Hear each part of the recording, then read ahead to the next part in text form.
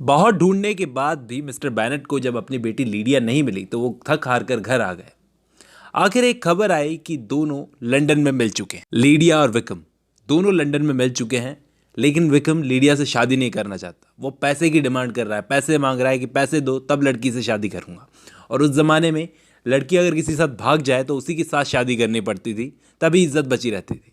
लेकिन अच्छी बात यह है कि उसे पैसे दे दिए गए हैं और अब वो लीडिया से शादी करने को तैयार हो चुका है। एलिजाबेथ सोच रही थी शायद पैसे उसके अंकल ने उसे दिए होंगे, लंदन वाले अंकल ने। तो अब लीडिया शादी करके वापस आ गई, अपने घर वापस आई और अपनी बड़ी सिस्टर्स पर हंसने लगी कि तुमसे पहले मैंने शादी कर ली। विक्रम तो ऐसे रिएक्ट कर रहा था जैसे उसने कुछ किया ही नहीं, दूध का धुला हुआ हो।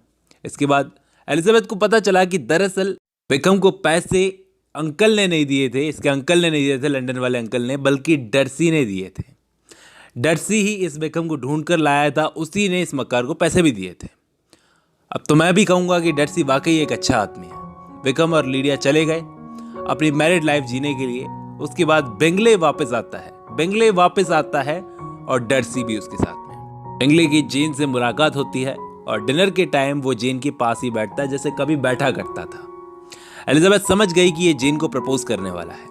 टेबल के किसी कोने पर डर्सी भी बैठा हुआ था, चुपचाप किसी से बात नहीं कर रहा था। एलिजाबेथ उसे देख रही थी और सोच रही थी कि आज मौका है, किस्मत ने उसे फिर से मौका दिया है। आखिर जेन को अकेला पाकर बेंगले ने उसको प्रपोज कर ही दिया। चारों तरफ खुशी का माहौल हो गया।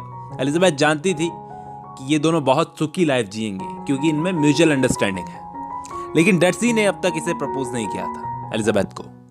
इसके बाद अचानक एक दिन लेडी कैथरीन यहां पर आ जाती है।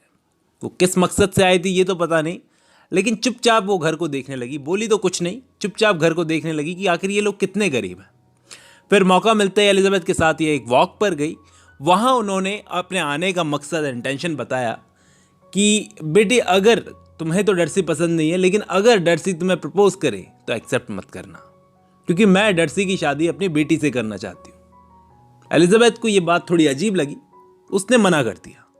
भाई क्यों ना करे, आखिर वो भी तो डर्सी को पसंद करती है।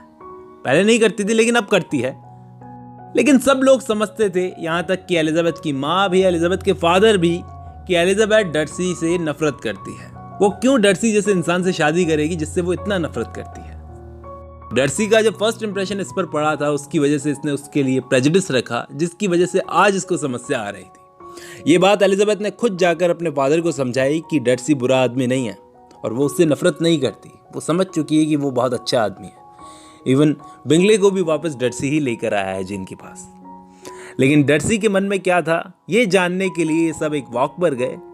वहां एलिजाबेथ और डर्सी जब अकेले थे तब डर्सी बोला, एलिजाबेथ मेरी फीलिंग्स आज भी अब तक तुम्हारे लिए चेंज नहीं हुई है जब से तुमने मुझे रिजेक्ट किया। लेकिन एलिजाबेथ यहाँ पर बोली, मेरी फीलिंग्स जरूर तुम्हारे लिए चेंज हो चुकी है। और इसके बाद डर्सी ने भी एलिजाबेथ को प्रपोज कर दिया। जेन की बेंगली से और डर्सी की एलिजाबेथ से शादी हो गई। इसी के साथ ये नोवेल खत्म होती है। दोस्तों उम्मीद करता हूँ आपको ये कहानी बहुत पसंद आई होगी। मुझे भी बहुत पसंद आई। आज की वीडियो में बस इतना ही।